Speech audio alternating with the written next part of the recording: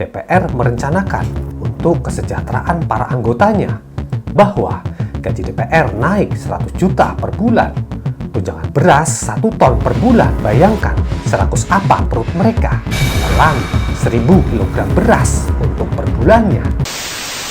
Tahun 2025, 27 tahun setelah reformasi dikumandangkan, rakyat mana percaya masa depan Indonesia akan lebih adil dan makmur. Tapi kenyataannya hari ini justru menampar wajah sejarah.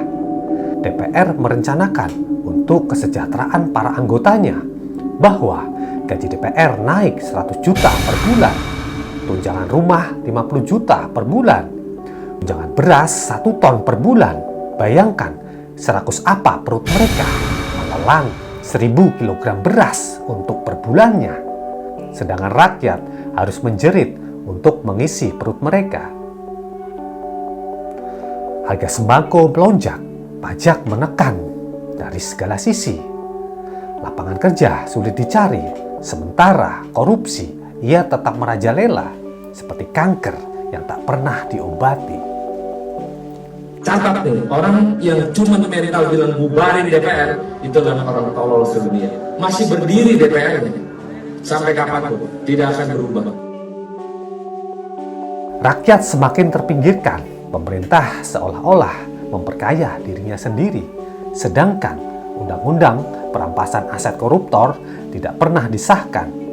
ICW menyatakan ketidakoptimisannya karena RUU ini belum pernah menjadi prioritas serius untuk dibahas maupun disahkan. Jadi bukan 2025 Undang-Undang Perampasan Aset. Tahun 2019 awal saya sudah ngajukan lagi karena 18 tuh macet dan sudah selesai.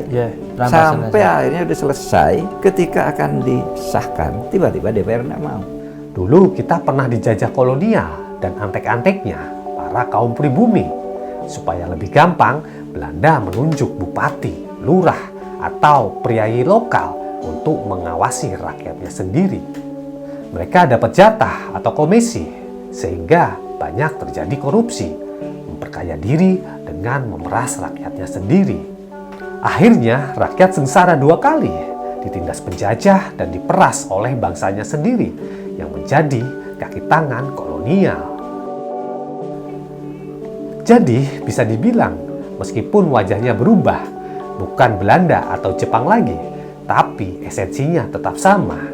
Rakyat tetap ditindas lewat sistem dan para elit lokal yang menjadi perpanjangan tangan kekuasaan luar atau antek asing. Seakan-akan kita kembali berdiri di persimpangan sama seperti masa tahun 1998. Namun sebelum kita bertanya apakah rakyat harus kembali turun ke jalan, mari kita ingat apa yang pernah terjadi di tragedi reformasi 1998. Mari kita bahas.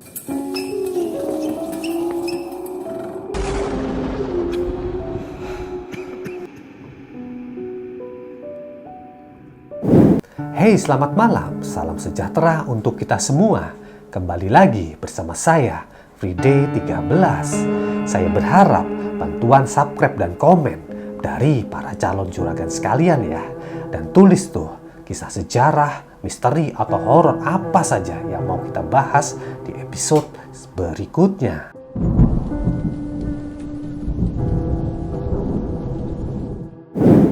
Krisis moneter Asia 1997 menghantam Indonesia dengan sangat brutal. Nilai rupiah jatuh dari 2.600 per dolar hingga sempat menyentuh 16.800 per dolarnya. Inflasi menggila, harga kebutuhan pokok terus meroket. Rakyat kecil tidak lagi mampu membeli kebutuhan pokok. PHK massal terjadi, pabrik-pabrik gulung tikar, dan kemiskinan meningkat tajam.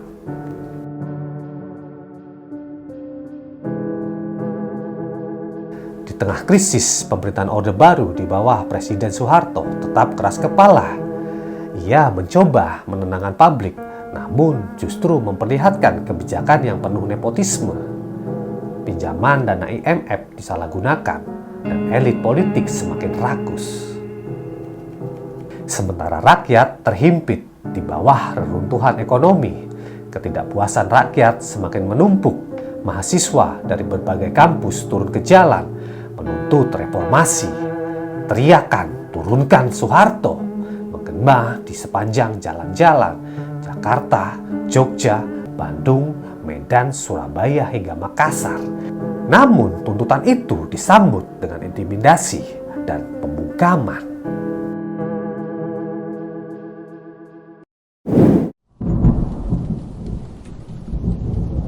Tanggal 12 Mei, 4 mahasiswa Universitas Trisakti ditembak mati aparat ketika mereka melakukan demonstrasi secara damai. Kematian itu menjadi percikan api. Jakarta terbakar. Pada tanggal 13 Mei hingga 15 Mei 1998, kerusuhan besar pecah. Ribuan toko dibakar, sebagian besar milik etnis Tionghoa. Pusat perbelanjaan dirusak, rumah-rumah dijarah. Ratusan orang terbakar hidup-hidup dalam gedung-gedung yang dibakar oleh massa. Sejarah mencatat sekitar 1.000 orang meninggal dalam kerusuhan itu. Lebih dari 150 perempuan mengalami kekerasan seksual. Banyak korban diantaranya etnis Tionghoa. Sebuah luka yang begitu dalam, namun hingga kini belum pernah benar-benar mendapat keadilan. Militer dituding terlibat, entah sebagai provokator atau karena membiarkan kekerasan berlangsung. Namun, satu hal yang jelas, tragedi Mei 98 bukan hanya ledakan amarah rakyat, melainkan juga buah busuk dari krisis ekonomi, diskriminasi, dan rezim otoriter yang sudah terlalu lama berkuasa. Kerusuhan itu mengguncang kursi kekuasaan. 21 Mei 1998, akhirnya Soeharto mengundurkan diri setelah 30 tahun berkuasa. Untuk menyatakan berhenti dari jabatan saya sebagai Presiden Republik Indonesia, terhitung sejak saya bacakan pernyataan ini pada hari ini, Kamis 21 Mei 1998. Reformasi lahir membawa janji demokrasi, kebebasan pers, pemilu yang lebih jujur, dan pemberantasan KKN. Namun janji itu seiring waktu berubah menjadi mimpi setengah hancur. Beberapa kemajuan memang ada, seperti pemilu terbuka, kebebasan berbicara lebih luas, dan pemilihan presiden lewat demokrasi. Namun praktek korupsi masih terus merajalela, dan rakyat kecil sekali lagi tetap jadi pihak yang paling menderita. Kini di tahun 2025, bayangan tragedi 98 itu kembali terasa. Indonesia, negeri yang dikenal gemah ripah roh jinawi, namun rakyatnya masih hidup dalam penderitaan kemiskinan. Di pasar-pasar tradisional, harga beras, minyak, dan kebutuhan pokok terus meroket. Di pabrik-pabrik, buruh kehilangan pekerjaan. Di desa, petani merugi karena hasil panen kalah oleh barang impor hasil dari kebijakan pemerintah. Rakyat dicekik dengan pajak yang tinggi. Sementara itu, di gedung megah Senayan, para wakil rakyat hidup dengan fasilitas istimewa. Gaji hingga ratusan juta, tunjangan rumah, kendaraan, dan berbagai kemewahan lainnya. Yang semuanya itu dibayar dari keringat rakyat. Ironisnya, ketika rakyat menjerit, mereka justru menutup telinga. Korupsi terus merajalela, dana bantuan sosial yang seharusnya menjadi pertolongan diselewengkan. Proyek infrastruktur menjadi ajang bagi-bagi keuntungan. Kebijakan pemerintah pun seringkali tidak berpihak. Impor merugikan petani, pajak mencekik masyarakat kecil, sementara keuntungan besar hanya dinikmati segelintir elit. Di satu sisi, rakyat harus bekerja keras hanya untuk makan menghidupi keluarganya. Di sisi lain, pejabat tertawa di meja makan mewah dengan piring-piring penuh hidangan, seolah-olah hidup di negeri yang sangat berbeda. Inilah wajah nyata demokrasi yang tercederai. Ketika suara rakyat hanya dibutuhkan saat pemilu, tapi dilupakan setelah kursi kekuasaan diraih. Ketika mandat rakyat dijadikan alat untuk memperkaya diri, bukan untuk melayani. Indonesia hari ini menghadapi pertanyaan besar, apakah negeri ini masih milik rakyat? Atau sudah sepenuhnya dikuasai oleh segelintir penguasa yang rakus menjadi antek asing? Kita seakan ditanya sejarah, apakah reformasi hanya lahir untuk melahirkan elit baru yang lebih rakus dari pendahulunya? Apakah darah mahasiswa, tangisan korban, dan api kerusuhan 98 hanya menjadi catatan buku sejarah yang tanpa arti?